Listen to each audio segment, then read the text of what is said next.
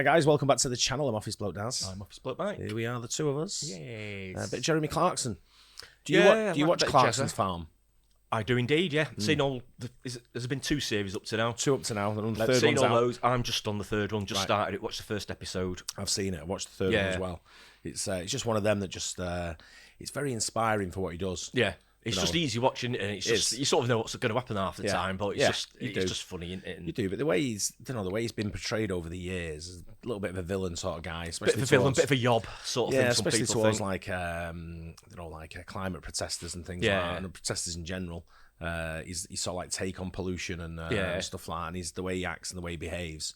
This is really sort of like shone a different light on him, hasn't it? Right, okay, because he's kind of like brought back farming, and he's like put a lot of pressure on the local government, the local councils. Well, people every single year, people used to say, right, what the farmers moaning about now. But then I think this is showing farmers in a really good light. It is, to be honest, no matter what they think, it's actually showing what they go through and what happens and how much it can cost if you do have a bad season harvest, stuff, something like that. So, but this is how Jeremy Clarkson is unironically saving farming. Should we get into it and see what it's about? Yeah. Don't know this channel; it's a new one to us. For Jeremy Clarkson's whole career, he's been known as a petrol head with controversial opinions on environmentalists. So a lot of people were left surprised when he decided to step into the complex world of farming in 2019. However, Clarkson's roots to farming date back a decade before the origins of Diddley Squat. In 2008, during the peak of Top Gear, Jeremy bought 1,000 acres of land and farm called Curdle Hill Farm in Oxfordshire, England, near Chipping Norton in the Cotswolds. The land came up for sale during the 2008 financial crash and was going for a lot cheaper than usual. When I say cheaper, I mean 4.25 million, but still pretty cheap. No, I mean the truth of the matter was that land almost never comes up for sale around here. And 2008 was the big financial crash. And this came up for sale. And I just thought, nobody's making more land. So many people are moving out from London, but it was a lot less then. So I just thought, may as well get it. Another reason why Clarkson bought the farm is mainly down to money and taxes. You see, you don't have to pay death duties on land. Speaking to the Times, he said, rather than just have money in the bank and get a statement with numbers written on it that gives no one any pleasure at all, you could derive a great deal of pleasure and pass it on to your children. Land is a better investment than any bank can offer. The government doesn't get any money when I die, and the price of food that I grow can only go up. But there is another, much more important reason. I can now have a quad bike. The fields were mostly... It's Jeremy all over that, isn't it? Yeah. It's always tongue-in-cheek, and it throws in a bit of a quip. Yeah, I didn't know land was a tax. Neither did I. On inheritance tax. Yeah, no, but I didn't either. So you can just hand that over, and that's it. You don't pay any tax on it. Yeah, if out your street, that wouldn't it? Yeah. growing a rotation of barley, rapeseed and wheat, farmed on a contract basis by local Chipping Norton villager Howard Pauling until his retirement in 2019. Howard's retirement, along with the coinciding pandemic, prompted Clarkson to challenge himself and farm the land himself. However, before Clarkson entered the world of farming, he wanted to renovate the 312-acre farmhouse estate to prepare it for the insertion of the Clarkson family. In 2016, he got his plans validated by the council, and in Jeremy fashion, he blew the original Curdle farmhouse the fuck up, as can be seen from the Grand Tour episode. However, it didn't go down too well with the local residents, beginning an agenda against Clarkson from day one. The new property was renamed Diddley Squat to indicate its lack of productivity. The actual new farmhouse includes a basement cinema, an attic's game room, an orangey, which I just discovered is a room that basically protects your plants in winter, a room for 5 cars, a special garage for his quad bikes, a yard for his horses, 6 bedrooms and 5 bathrooms. The surrounding barns and gardens were also given a glamorous makeover, complete with a vegetable patch, potting shed and a plant room. In the farm's first year, they managed to produce good quality wheat and raise a flock of sheep. However, due to the weather, the farm's crops brought in £90,000 less than the previous year, leaving them with only a profit of £144. Despite a lackluster return on the farm during a difficult period, when the show released the following year, Clarkson's Farm became the most watched Prime Video original series in the UK. The show received great reviews, and was applauded for acknowledging that this wasn't a view of a regular farm, as most farmers can't bankroll their dramatic losses with an almost infinite pool of TV money. But because of this, it allowed viewers to fully understand the severity of pressures farmers are under. under. Somebody described what's happening to farming in this country as ethnic cleansing. That's a strong thing to say, but it sort of is happening. The government is trying really to drive farmers off their land. People want the countryside to look like it does, and it's farmers who made it look like that. And I think, I wonder what the countryside would look like if there was no farming here. In 5 years, the subsidies, the grants are stopping. So farms have to think of new ways of making money. They have to. Them subsidies come from Brexit, from the EU, from wasn't the EU, it? The EU, I would guess so, so losing them because of Brexit, I guess, is like a grace period. That's right. So I guess it's expiring very soon, I think. If it's not already expired. It can't be far off now. Yeah. It's a big thing, the subsidies as well, isn't it? A lot of farms would literally just go out of business without. So whether the government are thinking of doing it themselves, they'd have to do something. But again, they've got to do something, otherwise they're not going to be able to produce the food or the milk or anything. Yeah, but like you were saying there, though, a lot of the government are trying to push him out. Yeah. And push farmers out. They want the land. They want the land because we get the population's growing at a rapid rate. They need to do something. People will be up in arms about once you start building on green belt land, then people are all over it. But I know what you mean. Money talks at the end of the day, and the government, they like the money. True. Yeah. The decimation of British farming. Yes. Most of the farmers like me are 66 years old. We're throwing in the towel. Let's just take the government money. It won't be our problem if people starve. Maybe be our problem. It might be public disorder. At the moment, we are stopping producing wheat, which makes bread, which everybody in this country eats. We've been paid to grow wildflowers. We need to have food produced and made in the UK. But people say, well, we can import from abroad. The same madness is happening in Europe. They're asking farmers to plant wildflowers instead of food. OK, we could bring food in from Brazil. Do you know how they do that? Cut down the rainforest. Where we're standing now was once a field.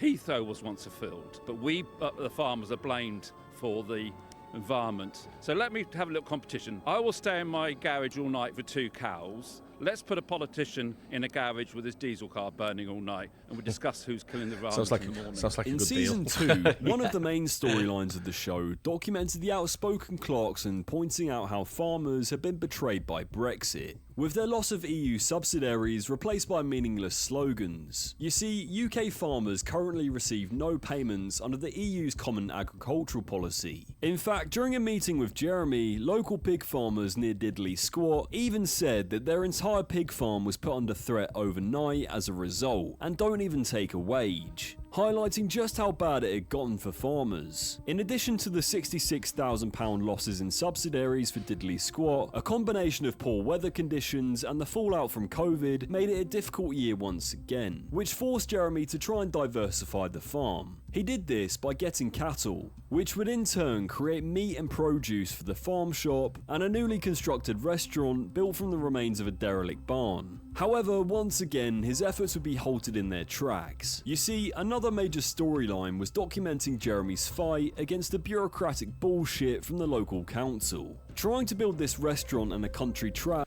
These councils as well in the middle of nowhere, like these, are proper like sticklers, like very jobs big time, absolutely shadow of a doubt. Yeah. You can't do shit without them like complaining. Someone's always got to complain. Yeah, and that's the British way, I guess. Yeah, and then there's got to be a committee meeting, and you know, and in 6 months' time there'll be another one. Yeah, you just can't. No one can make a decision. No, and I don't think I think they're living in the past. A lot of them. I don't think they don't think outside the box. They don't think about forward thinking about. They're stuck on like rules and regulations from the 1950s. The tourism they're bringing to Chipping Norton and around that area, you know, people going to see Diddley Squat Farm. Now, it's huge. I mean, I know it's causing like a load of like traffic and stuff like that, because they won't give them a car park and they won't give them access to sort of like places to park or roadways and stuff like that. But at the same time, there's all other farm shops that are around that area as well that'll benefit from all that tourism. Well, of course they will. Everywhere will, you know, all the towns, villages around there will benefit, you know, with people coming in. But they'll moan when somewhere closes, because no one uses it, it's not making any money, so it's going to close. And then they'll all moan. More like, shit, they do it around here. Exactly. Yeah.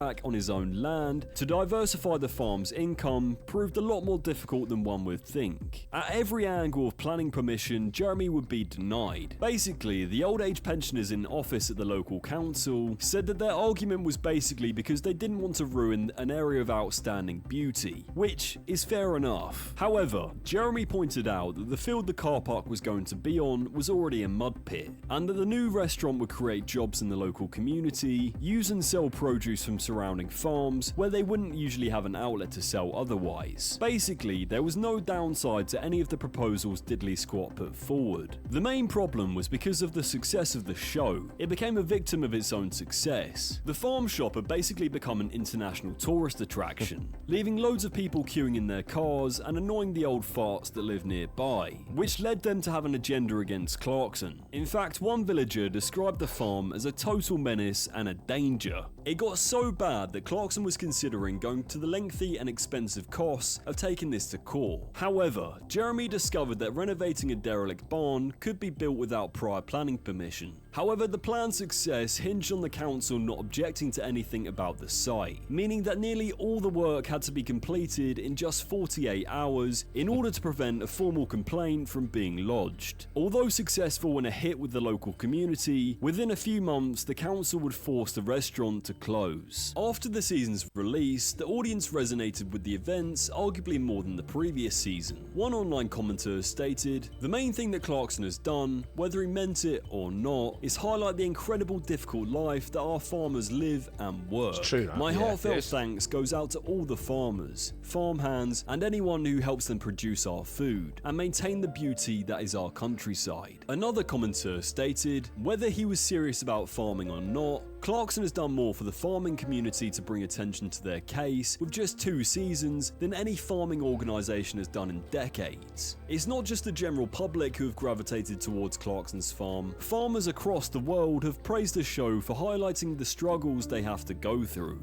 I think this is the programme that farming needed. It really is. Because what you've got is you've got the serious programmes about farming like Country File or, you know, some of these other documentary type farming programmes that people with a certain interest will... They don't show on the things like Country File though, like financial sides from I bet you don't. It just shows things like, you know, what the crops they're growing, how they farm it, and, you know, going through the basic stuff, you know, how to sort of like go through the day of a farm. But no one talks about... Clarkson touches on all the finances and you know, difficulties the as well, and the hurdles you've got to, you know, jump over and things like that. And the biggest highlight, which I think he's done, is the council. When you go to the council to try, I don't know if you've ever been to the council to try and get anything done. It's one of the hardest things on the planet. Yeah, I can't imagine. Yeah. I really can. But yeah, he's definitely highlighting all things like that. They don't do it. Things like Country File, it's a different type of program, isn't it? It is. You know, and like this guy's saying here, I think this is a different audience, Clarkson's farmers. It's not people necessarily... I wasn't interested in farming, no, me neither. Particularly. No. Just Clarkson, because I like Zero interest, but again, I like the things he it's a comes great up show. with, but it's really got me really, really interested in it. Same. And I think this guy's right. He's done so much for it in the last couple of years. Yeah, I agree. I agree. Watch, but a lot of people won't because it's not their thing. Whereas the thing about this is that this is drawn in a lot of the public, from what I'm seeing on the internet and stuff, it's drawn a lot of the public that wouldn't normally watch farming programmes. And the way he's done it, with the comedy element involved, if you like, the bit of humour, it's pulled people in to watch it that wouldn't normally watch farming programmes. And they've gone, oh yeah, I didn't realise they did it like that, because there's so much interesting information in amongst the kind of like humour, if you like, and so we're getting across to the public. I say we, Jeremy Clarkson is getting the farmers' message across to the public of what we do deal with, and I've yet to meet a farmer who doesn't like this programme. Raising awareness for farmers, the show also raised a profile. I think the humour bit is a very, very important part of it, actually, big time. I think that's why a lot of people watch Clarkson. It's humorous, but then he's getting across some really good points at the same time, even when he's been throwing funny lines about it as well. And some great characters in there as well, aren't they? Gerald. Again, it's just characters. Again, it's like it is like a sitcom or any soap or anything. You've got good characters, people love it, and some really good. Even this guy here, he's great. He is. He knows a lot of shit as well, just man. He's knows a smart his guy. Stuff. I love it when people know the stuff. Yeah, and he calls him like Mr. Interesting, and here he is. You know, when he walks up, he's like, "Here he is, Mr. Good News." There's another James May thing in that time. Profile of young farmer Caleb Cooper significantly, with him basically becoming a celebrity and a voice for young farmers, managing to speak to the Prime Minister about issues, release 3 books, and do a UK tour since Clarkson's Farm's been on the air. On the 3rd of May 2024, the 3rd season of Clarkson's Farm dropped on Amazon. with this season detailing Jeremy once again dealing with the loss of subsidiaries, forcing to diversify by becoming a pig and mushroom farmer, dealing with the terrible droughts, and of course the bureaucratic bullshit from the local council. The council once again wreaked havoc on the farm, demanding that Jeremy's restaurant be shut down and various facilities and products at the farm shop to be removed. In fact, the council deemed it wasn't even a farm shop, but an entertainment and leisure facility. However, months later, Diddley Squat would finally win their appeal, meaning that they could keep the cafe, toilets facility, car park, and burger van. However, diversifying your farm's income is never simple, as Jeremy's lager company quickly discovered. After launching a brand new cider and selling thousands of bottles, the bottles began exploding. Basically, the fermentation process was still happening after the cider was bottled, and led to hundreds of people taking to social media to complain. This required Jeremy to send out a public service announcement immediately, telling customers to disarm the bottles underwater. But with exploding bottles, severe droughts and diversifying the farm, they made a profit of £72,500 for the harvest. However, every single penny had to be reinvested back into the rising costs in chemicals and seed for the next year. So if you're a farmer who doesn't host Who Wants to Be a Millionaire, it becomes increasingly more difficult. In 2023, Clarkson said that most of his crops either failed tests or failed altogether. He stated, "This year though, it was noticeably bad. Very bad.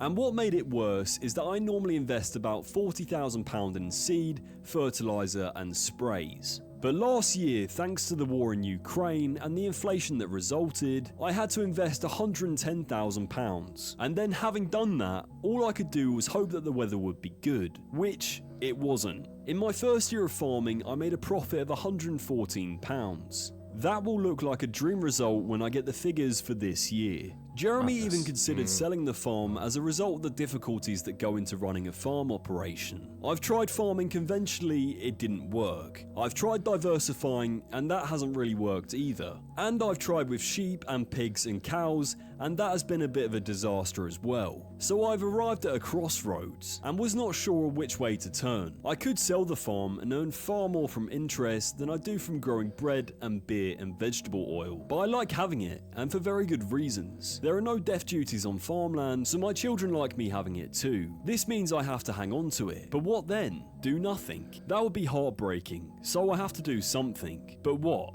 The many bases that this show covers is pretty incredible. From animal conservation, bureaucratic jargon, climate change, and just generally detailing how difficult it is to run a farm, especially in these current times. It's educated the masses about an industry that gets easily neglected despite its glaringly obvious necessity. Thank you so much for watching this video, it really does.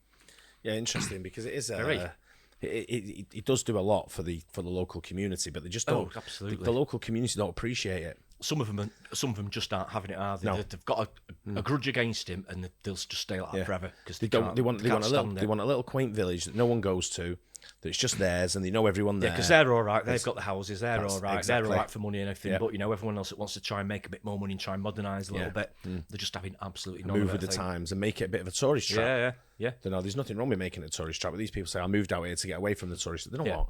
Just, I don't know. People aren't doing my head in because they all have a say. They all have a say on the community, what goes on in the community, but none of them contribute to the community. Exactly, yeah. They don't do shit. They don't do anything. And like I say, they'll come round once a year asking you to donate money to put Christmas lights up. Yeah, and that's it, innit? Yeah. But like I say, a lot of them are just stuck in the past. They don't even modernising slightly, they just don't seem to want to do it. Yeah. It's crazy. And a lot of these problems that he brings up on here, it's probably worldwide as well. Yeah. Especially in farming, like weather and stuff like that Yeah. can affect crops and everything. It probably happens in the US, everywhere in Europe, sort of absolutely everywhere. So But diversification there, you see, he wants to put a bloody nice car park in there. It wasn't like an eyesore, just to get people off the main roads so they can come and shop at a shop where it's having all stuff manufactured and made. Which is all muddy locally. anyway, and sort of like hidden by hedges. So but there were even things like they were selling like t-shirts, and they were saying like t-shirts were made in China but they were printed locally. Yeah. So they couldn't, they were like, you can't sell these because they're not like local t-shirts and stuff. And I'm like, gee, are they that bad? But a lot of the food and stuff like that they were selling was from local I think farms. It was all pretty much all local farm produce, wasn't it? So now the farms that we're giving all that to Jeremy, they won't make any money from it either, will they? Yeah, exactly. And it's they'll be losing income. I don't know. It's when you try and diverse. The reason being, my take on it is this, right? And it sounds a little bit daft and a little bit out there, but my take on it is if it's lucrative, if he did something there that was really lucrative in that area, right, that made like hundreds of millions, the government would have it. The government would do it. Oh yeah. It wouldn't be privately run. Yeah, they'd have their finger in that pie. Yeah, wanting something. Yeah, if it's that successful, without a doubt. Yeah, and that's the way they are. Snides. But it's a great, it's a great series. It's anyway. a great show. Really if you've not watched it, have a watch of it because it really is funny. It's well worth it. And you've got to watch it just to see if you can understand what Gerald says. Yeah, yeah. Good luck with that one. That is so funny, that bit with him. It's even when Jeremy just turns around to him and goes, "Yep, okay, yeah," and then just walks off and looks at the camera. It's such a strong accent. Even I struggle with it. I really do. Yeah, it's tough. Wow. But if you've not seen Clarkson's farm, do get onto it. And it's very funny. It's good. Yeah. Anyway, I hope you guys enjoyed that. A little bit of information on farming, a bit different from the office blokes. Yeah. Gets us out the office onto the farm. Absolutely, why not? Never. Yeah, unless there's a pub there, of course. Exactly. Anyway, I hope you guys enjoyed it. Don't forget to like and subscribe, and we'll see you on the next one. Cheers. Cheers.